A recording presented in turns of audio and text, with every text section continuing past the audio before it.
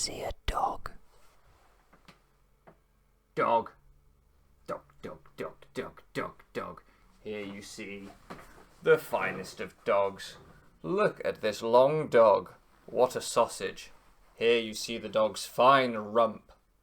Oh yes, what a great steak. This is a fine specimen of a dog. She's a baby dog. She likes to be rocked. Ooh, look at this belly. Ah, no, don't run. Ah. Oh, squeaky.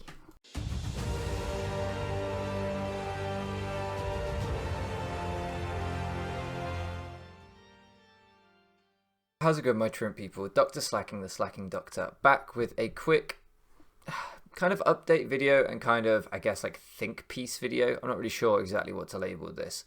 But if you watched the last upload on our channel, which probably went up yesterday or the day before, depending on when I post this, with Espathra in the thumbnail, then you'll have an idea of what I'm kind of talking about here. So, yeah, that video went up yesterday for me, and in it, I said I was going to record a sort of update video where I would offer some thoughts about Draft League content creation and things like that. And then I never recorded it. Well, that's not true. I recorded a version of it that I didn't like because it just repeated everything in the Espathra video, so I binned it.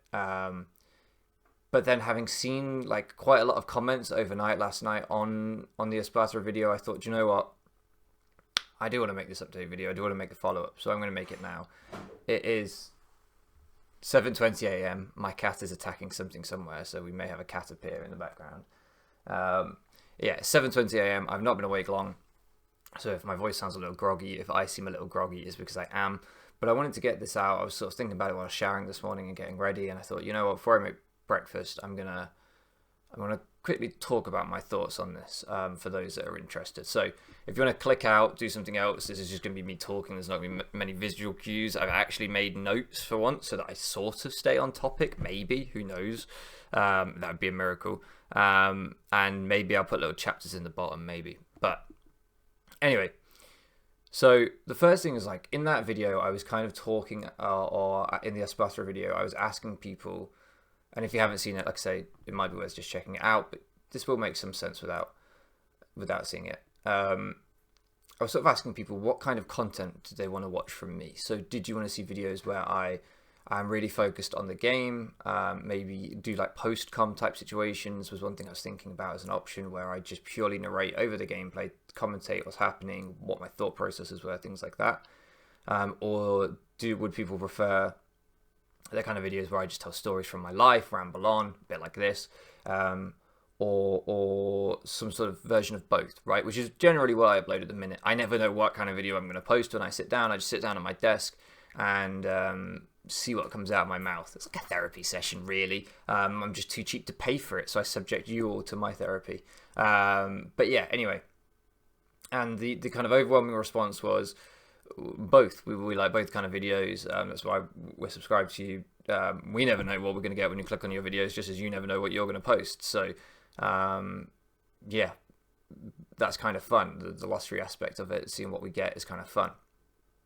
But I think the reason that I was dividing my videos into these two kind of distinct forms of content, if you like, where there's the analytical and there's the more relaxed, I think that comes from, and I'm going to start by talking a little bit about my personal life here and some things that I've got going on.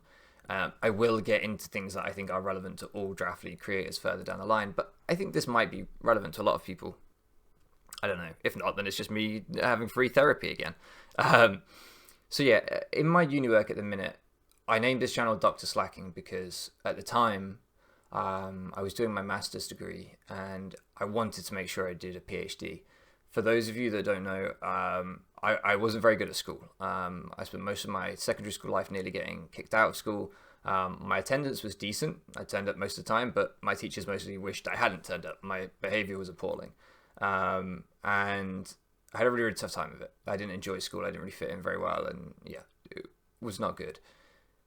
Somehow I got into a degree. That went pretty badly. I did 2 years of a degree and I ended up breaking both of my hands and my nose in a stupid, drunken incident. We'll put it that way. You can probably join the dots together. And then I went back. I went back to the start after doing 2 years of a politics degree. I went back to the start and started studying English. And that was a big life-changing moment for me because that was something that I'd always wanted to do. I'd always wanted to study English, but I didn't think I was capable because I'm a very slow reader, and there was lots of people saying you have to read this many books a week to be able to study English. And I didn't think I could do it. And I went back and I did it, and I finished my English degree, and then I got a master's degree in it. And for what it's worth, GCSE, which is when you're about 15, 16 in this country, my GCSE English teacher wanted me to sit a easier version of the GCSE English paper because my teacher didn't even believe I could pass GCSE English.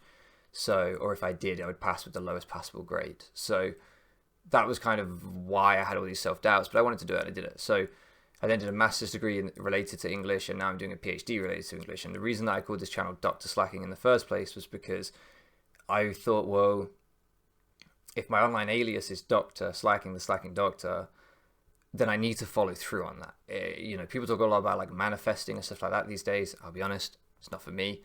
But I do think there's something in like visualizing and setting your goals that you want to achieve. So I don't think that manifesting a Ferrari is going to get me a fucking Ferrari. But I think that, if I set goals of, hey, maybe I can do these achievable things that could lead to a Ferrari, maybe you can end up getting one, right? So you see what I'm saying, visualizing it and stuff like that. And that's why I called the channel Dr. Slacking. And now I am doing my PhD and I'm a year off finishing. And I think that's where some of the tension and some of my need to divide the content, I'm going a long way around, but I'm getting back to this. Some of the tension in the video you saw comes from because my PhD is in English, but my specialism is creative writing. And the idea is in a year's time, I will have a finished book that I will hand in as my PhD thesis. It will be all about anime and, it should be hopefully quite interesting. But what I found getting towards the end of it is I've wanted to do this for so long, right? I've wanted to do this since I was a kid, and I've gone through a lot of tangents to get here, like this video, a lot of bumps in the road to get to this point, and now I'm a year off finishing, and after that there's nothing more, right? There is nothing after a PhD. I can't go do a further study course. That's it. So this is my last chance, it feels like, to get it right.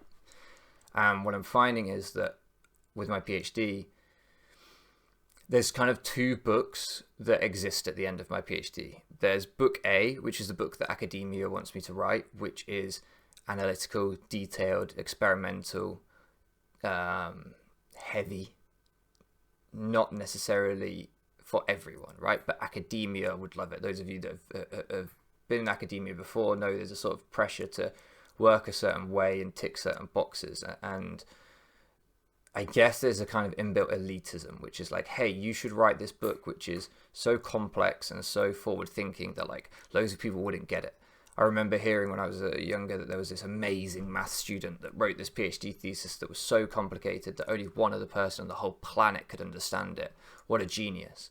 And now as a writer and someone who studies writing, I think, was he a genius or was he just making it deliberately obtuse? Like, that sounds terrible. If you write something that no one can understand, why did you bother writing it? Like, to an extent, yes, you might be able to push the boundaries of science, but I suspect that it was a bit of a myth that was being circled because that's how people think of good academia. They think that good academia should be so incomprehensible that the normal people can't understand it. It's too advanced for them, too good for them. And I think that's bullshit. But anyway, I feel like that's one of the directions I'm being pushed in a little bit.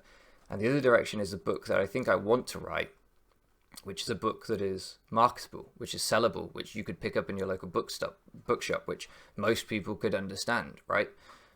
It doesn't go into really detailed concepts and really complicated language and jargon that would alienate people. It's accessible, it's readable. That's the book that I want to write, partly because I just prefer that kind of book. I'd rather read that kind of book. And also partly because, I'm approaching 30 years old. My partner works full-time. After this, I will need to work full-time. So it would be nice if the book actually made money, right? It would be nice if it launched a career for me by being sellable. I want to have children. I would like to be able to feed them. That's not too far around the corner. So I have a cat, wherever the hell she's gone. Need to feed her. So what I'm getting at here is that in my personal life at the minute, I think I'm really feeling this split between the analytical, the complex, for the few type of media content book, whatever, and then the for the many accessible, entertaining content book, whatever. And on YouTube, I've been watching, I didn't watch Pokemon content for a while, but recently I've been watching the And Then We Battle videos, right? I'm sure a lot of you guys know these kind of videos. The Shady Penguin, Vinny, who I still think of as the original 151, but I think now goes by Nintendo, Patters, Game Boy Luke, these people who I watched when I first got into Pokemon YouTube, they make these videos where they get 6 Pokemon through various means, and then they use those 6 to battle, and it's kind of a counter team format, kind of like draft in a way, but not really, because none of them are specialist like battlers particularly at this point, and they're doing it for the content rather than the battling. So it's a little bit different, but it scratches that itch of sort of counter teaming as well as being very entertaining. And those videos are slick, they're polished, they're edited down, and even like the gaps between turns are cut out, and it's just a very smooth kind of viewing experience. And that's the kind of content that I'm consuming on YouTube at the minute. And that could not be further from the kind of content that I generally upload, which is this laid back, rambling, unedited, unfiltered, I don't want to say long form content, but you get what I'm getting at. Slower content, right? So I feel like what I'm consuming a lot of is different to what I'm making. What I'm enjoying a lot of is different to what I'm making. And so there's a part of me that thinks, well, is that wrong? Like, should I be trying to highly edit my videos and highly polish them? And should I be trying to make them like that? And should I be worried less about winning the battles and more about the content? And I've seen this a lot in Draft League servers recently. People drafting Pokemon for the content, or banning Pokemon for the content, or making the rules for the content. It's a phrase that gets thrown around a lot. And it's interesting to me. It's interesting to me to kind of reflect on, because 99% of Draft League YouTubers aren't making a living off doing this. Maybe a lot of them would like to in the circles I run in, but they're not, right? They're not making a living off this. And so it's interesting that we're kind of imitating our heroes, right? We're imitating your Pokeames, your whoever it is that you started watching. We're imitating them, or trying to, how we think that they do things, by having the clickbait Pokemon in their thumbnail, by having these things. And, well, for one, I don't think that's how they operate, and I'll get onto that in a second, but again, it's pushed me to think like, well, am I doing something wrong then? Because I don't think about the content. I think about memes, right? I draft a Clefable and call it Whimsicott because Addison was like, why don't you do that? And I was like, yeah, that's funny, I'm going to do that. So I think about the memes, but I don't think about thumbnails and things like that particularly. And it made me think like, am I doing something wrong? And I think there's proof that making this slicker, short form content, highly edited, whatever, does eventually triumph on YouTube over, to an extent, over the kind of videos that I make. Now, to give a direct example, someone like Wolfie, right? When Wolfie was playing Draft League, he was one of my favorite Draft League content creators. He had these big, long intros where he talked about bagels for ages. Some of you remember, some of you won't. And then he would do the battle. And sometimes he'd focus, and sometimes he'd keep talking about bagels. And since he's changed to making these slick, polished videos that he hires editors for, and he makes commentary and whatever on them, his videos do better now. His channel grows. And so there is kind of evidence to suggest that by making these slicker videos, by focusing on the content, it can lead to channel growth, and it can lead to people doing better. But I wonder how much that actually matters to me. And that's the thing that to round off this section that I want to speak about, is that I think in the video that I posted, the Espartero video, I was asking what kind of content I should make for you guys to watch, because that's ultimately what matters. So why do I have a subconscious pressure on myself, or put a subconscious pressure on myself to grow the channel? If what I really care about is the people that are already watching, the community that I've built over the last, 7 years, why do I feel like I should be growing more, making the channel grow more? Not feel like I should in terms of entitled, but feel like I should be trying to make that happen. Let me make that clear. And I think like there comes from, like I say, this idea of imitating other people on YouTube. When you watch the biggest YouTubers, they're doing it for a living, so they are always trying to grow their channel. And why not, right? They're trying to put food on the table for their children, for themselves, they're trying to keep a roof over their head, whatever. They've got the financial pressure of doing this for a living. So yes, like they should always be trying to grow the channel within reason, right? But there is a feeling on YouTube, I think, of grow or die, right? Either your subscriber count and your viewer count keeps going up, or you're washed, you're dead, your channel's dead. And I feel like that a little bit now. I feel like in the community I'm seen as like, and no one said this to me, but this is my own insecurity coming through. I feel like I'm seen as a little bit of a dead channel, and I think a large part of that is also because I've been terrible in Gen 9 draft leagues. Like I don't know if I've made playoffs in any of them, have I? I don't think so. I've really struggled to get to grips with the Gen 9 meta. I think it's bad, but I don't want to blame the meta. I also haven't been playing it well. I finally got my head around it in PPL a little bit, I think. Shout out to Addison for helping me get my head around it. But anyway, I think that feeling of like, I'm not as good a battler as I was last gen, and the views aren't going up and the subscribers go down every time I come back from a break. Every time I upload after not uploading for a while, the subscribers just go down. And it's like, oh shit, man. People don't want to see me back. People are disappointed. Oh, that guy's making videos again. Fuck, I thought we were done with him. No, I'm joking, of course. But I think that those feelings of like, man, I must be seen as washed in the community. I must be seen as like a has-been in the community. Like, I think that breeds certain insecurities and makes me feel like, oh, what am I doing? But the reality is like, I decide what matters to me, right? And I'm a very competitive person as well. Like naturally, I come from a sports background and stuff. I like to compete. That's why I like Draft League, and I don't just play casual Pokemon like those. And then we fight videos because it would not scratch my itch to beat people. Essentially, I love competition. And I think that what I'm doing is I'm looking at other channels that were like level with me, similar subscribers to me, similar whatever, and they're growing and growing and growing, and I'm staying the same. And my inner drive to compete, my inner like want to imitate the people that I see on YouTube who are like, gotta grow or die, you know, that kind of thing. It just puts all this pressure on me to do the same. And the reality is actually, I'm not trying to feed my family and I'm not trying to grow, and all power to those that do want to, totally fine. But what do I actually want from this? Why do I upload? And it's to try and entertain the maybe 50 to 100 of you that regularly watch. That's why I upload these videos. And somebody, I'm sorry, I think it was Jackson Pollock. Yeah, Jackson Pollock, good old Jackson Pollock, commented on my Spathra video saying that they make videos for the leagues they do with their friends to a smaller community. I think Showdown leagues, I'm not 100% sure though. But makes those videos for their friends to watch, and that's why they do it. And I think that's where I'm at, right? I think like the people that have been watching this channel a long time kind of like are friends now, and I make it for our little community. So I don't need to worry about growing. I just need to make videos that you guys enjoy.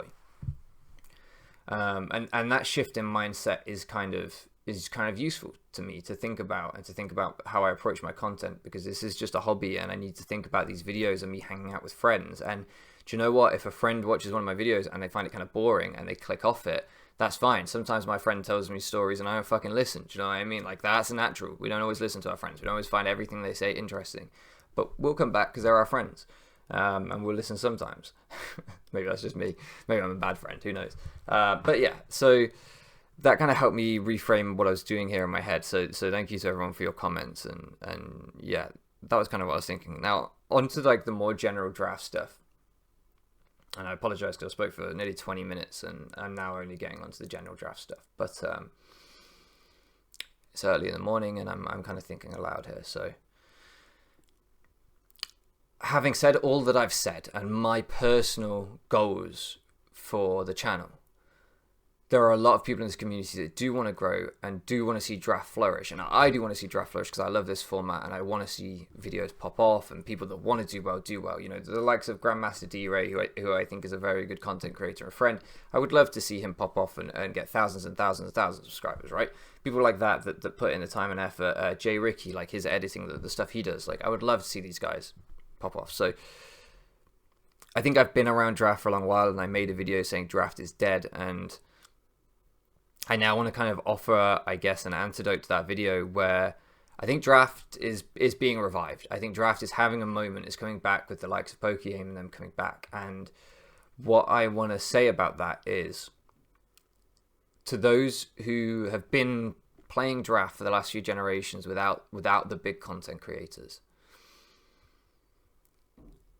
I don't think that we should feel like we need the big content creators in order to grow our channels and our videos if that's what you want to do. The reality is we have needed that. We have needed them to come back and bring their audience with them. But how can we capitalize on that and move forward to where maybe it's a bit more self-sustaining, right? Where they could leave, but we could continue to grow. The Draft League scene could continue to grow on YouTube. That's what I've been thinking about, right? And I was thinking about, why is it that they succeed where we fail in terms of bringing in large audiences? Is it because they edit their videos? Is it because they make clickbaity thumbnails? Is it because this, that, or the other? And I'm not saying that anyone does do those things, but hypothetically, that they're the things we associate with big YouTubers. I don't think it's any of that. I think the reason that you watch a Pokegame video is because you already are a fan of Pokegame and you're excited that he's back in Draft League and you want to see how he'll get on. So for me, In Vivid Color posted Draft League again recently, and that was my guy. In Vivid Color, Root, Randy HLD Productions, they were my Mount Rushmore when I got started on YouTube. They were my guys that I just wanted to watch all the time, and I was lucky enough to end up knowing them as friends as well. But when Vivid was posting again, I couldn't wait to see it because I was like, that's my guy. He's back. I can't wait to see how he gets on. How does he find this gem? What are his opinions on this? How does he like this Pokemon? So we watch because we're already invested in the story, in the narrative of their seasons. And I'm biased here because, as I said, I'm an English PhD with specialism in creative writing. So storytelling, narrative, it's kind of my shtick. But I think it's true. I think that when these guys came back to Draft, they came back with a narrative already attached to them. Their story was already there for the viewer. This is the guy that I watch on Showdown all the time. How will he do in Draft League? Oh, I can't wait to see him use this Pokemon. That kind of thing. For a lot of people watching me, if you're watching me for my 15th league in Gen 8, what's the story there? I'm not just coming back. I'm not someone that you watch my Showdown lives. You're not excited to see me use Sandaconda for the second time this gen. You've already seen me use it. You already know my opinions on it. So for those of us who make full-time Draft League content, and I don't mean full-time career, but I mean it's the only content we upload, it's our specialism. I think we need to start thinking about the stories that we tell in our videos, the narratives that we build, why subscribers watch your videos. And that might be because you're using an interesting Pokemon for the content.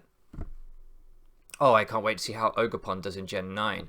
My favorite Draft League player, Addison, has uploaded a video with it. Let me go watch her, right? That might happen sometimes. It might be for the stories attached to that person. Dr. Slacking's back and he's using Whimsicott again. This should be funny. Let's go watch the memes.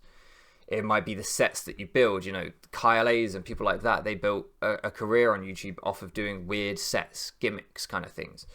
If you can keep coming up with them, someone who I think does this quite well is someone like Amel, for example, and I'm not calling him gimmicky, but Amel does things where there's always an intrigue attached to Amel because he's unpredictable. He might draft with half of his points. He might do these things. He creates stories around himself. And that's why people engage with him. There are so many different ways we can do this, and I was watching In Vivid Color's draft analysis, and he said that he thinks that Draft has the potential to tell stories, if I remember right, and this was a while ago that I watched it, has the potential to tell stories that other Pokemon formats don't, and that's why he keeps coming back, or creates stories. And I think we've lost sight of that. I think if you're playing in your 15th league this generation, or 20th league, or 50th league, or 100th league this generation, whatever it is, one league rolls into the next for you and for the viewer, and it is easy to lose sight of what's actually interesting and exciting about that league. So when I came back to Gen 9 and I wasn't doing well, I never sweated it. I never worried about the fact I wasn't doing well in leagues because I assumed at some point I would, and I assumed there'd always be another league for me to do well in. But where are the stakes? Where are the stakes in that story? Well, if we lose this one, we've got probably 45 more before Gen 10 comes out, so don't worry about it. Well, okay, then I won't watch for the next 44, and I'll watch the 45th, because there's no stakes until we get to that one. I'm drafting this core again, but I'm not going to talk about it, and I'm very guilty of this in my draft analysis videos, and someone commented on my draft analysis video where I said I think they're pointless, and said, but they build hype for the season. And I think that's really important, because I think analysing the draft to an extent is pointless. You can analyze the Pokemon, but you can't analyze the draft, because you can tell how you think it will work, but you can't tell how it will work. So it's more of a preview than an analysis. I think the terminology is wrong. I think draft announcement videos where you build hype for the season are important, and I've neglected to do them properly, because that is the first chapter of the story that we're telling with Draft League. That's where you say to people, hey, how's the Spathra going to do this season? Because this Mon is banned to Ubers, but I think it might actually be bad. Let's draft it. Let's find out together. Boom, there's a story, there's a through line that we can all follow together that season. It will make it more interesting for me as a content creator. It will make it more interesting for you as a viewer. I'm not just doing my 50th wash and repeat league, the same thing over and over, that I'm struggling to be invested in, so you're struggling to be invested in. And I think that is where we have an opportunity with the viewership that's coming back from the people like Pokeaim and whoever coming back to the scene. I think that gives us an opportunity as creators to say, well, if you want to grow your YouTube channel, if you want to grow your community, if you want to grow subscribers, views, whatever, maybe we could take a slightly different approach here. Maybe not every league is the same. Maybe we can pick up the hype. Maybe we can pick up the things by telling better stories, by thinking about the through lines that our viewers get from week to week in our videos. Why is this season unique? USP, right? For anyone that studied like business or anything like that, every product has a unique selling point. What is the unique selling point? Not just of your content, and my light's gone out, not just of your content, but of that season, because your content includes lots of seasons if you do this as your only thing on YouTube. So why is this season different from the last one and different to the next one? Why is this battle different to the last one and different to the next one? I think that's something we should be thinking about if, as I say, if you're invested in growing. If you don't care, if you just want to upload videos for your little friend community, do that, right? I think that's pretty much where I'm at. So, but if you want an old head's advice, an old head's opinion, Draft League has an opportunity right now, and I think we'd be remiss not to take it if we want to grow the scene, by thinking about what actually makes you watch your favorite YouTuber, because it isn't clickbait. It isn't them drafting a Pokemon that should get good views. It's the stories that they make and tell with those Pokemon. It's the stories that they tell every video. You watch a Pokeaim live and he uses Ambipom and he's just trying to get Ambipom to the top. It's not that you love Ambipom. It's not that Ambipom is a clickbait Pokemon. You know, people don't look at Ambipom. It's not like putting a girl with big tits on the thumbnail, is it? Ambipom's fucking hideous. Like, it's got those gross hands. I shouldn't say big tits and then do this. Anyway, I'm getting distracted. Focus. No boobs right now. It's because you want to follow the story of Ambipom to the top. In the playlist name, in the series name, Joey has created a story that you want to follow. Can he do it? Will it make it to the top? That's why you watch his videos. And in each individual video, he's talking to you about the team composition, whether he's doing things. And when you watch a Pokemon video, you know, I can't remember what I was watching the other day. It might have been Vikavolt or something like that. And he was trying to make it do work. He was trying so hard to make it do work in the live. Sometimes at the cost of battles, right? Sometimes he'll lose the game because he's trying to make the Vikavolt do work. But hey, that's what the viewers came for, and that's what they wanted to see, and that's the story that we're all following. Can Vikavolt work? So I think it's easy to just go, well, he's a big YouTuber because he has good thumbnails and good editing. But that isn't what people come back for. That isn't what people started watching for. Those are the trappings that you get once you have the money to reinvest in your YouTube channel and stuff. But they aren't the things that built the audience in the first place for him. I've seen people come onto YouTube with high editing standards, highly polished videos, and very quickly gain subscribers because they look the part, they look like a professional YouTuber, and then their views bomb, their channel doesn't continue to grow because there's no substance behind the pretty facade. And that's kind of what's key here. And for me, and again, I'm biased, it's my background, but I think the substance is the stories that you tell in your videos. I think that's what really matters. I think that's entertainment. At the core of all entertainment, YouTube, Twitch, Netflix, your local cinema, the last book that you read, football, the news cycle, all of it, at the core of all of it is storytelling. Your dad keeps turning on the news because of the story of COVID and his paranoia about what's going to happen next. Your brother keeps watching the football because he can't wait to see who sleeps with whose wife and won't shake hands before the next match. We fucking love the drama around sports, not just the games themselves, because these are the stories. So what I'm saying is, you need to make your Pokemon sleep with other players' wives, and that will get more viewers. I think that is the conclusion. We need more Slackings cuckolding Draft League players in order to grow Draft League.